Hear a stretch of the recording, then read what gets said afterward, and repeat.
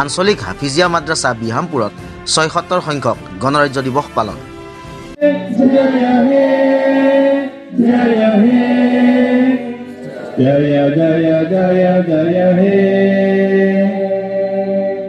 আজি সমগ্ৰ ভাৰতবৰ্ষৰ বিভিন্ন অনুষ্ঠান প্ৰতিষ্ঠানৰ লগতে ৰাজ্যখনৰ নলবাৰী জিলাৰ পশ্চিম প্ৰান্তৰ অন্যতম ইছলামিক শিক্ষা প্ৰতিষ্ঠান আঞ্চলিক হাফিজিয়া মাদ্ৰাছা বিহামপুৰতো জাক জমকতাৰে দেশৰ ৭৬ সংখ্যক গণৰাজ্য দিৱস পালন কৰা হয়।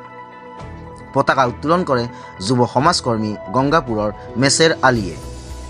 সহযোগ কৰে মাদ্ৰাছাখনৰ হেড মুদাৰিছ আলহাজ মৌলানা ছাইফুদ্দিন আহমেদ কাছিমি আৰু মুহতামিম মৌলানা মকছেদ আলীয়ে।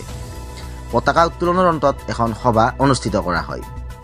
উক্ত সভাত আমন্ত্ৰিত অতিথি তথা পতাকা উত্তোলক মেছেৰ আলীৰ লগতে মৌলানা ছাইফুদ্দিন আহমেদ কাছিমি, মইনুদ্দিন আহমেদ আদিকে ধৰি আন কেইবাগৰাকী বিশিষ্ট লোকে ভাষণ আগবঢ়ায়।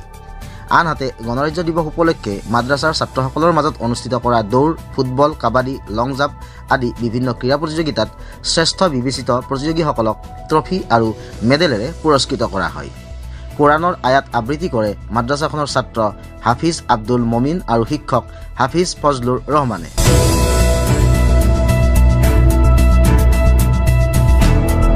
আব্দুল মজিদৰ প্ৰতিবেদন, প্ৰতিবেদক লাইভ।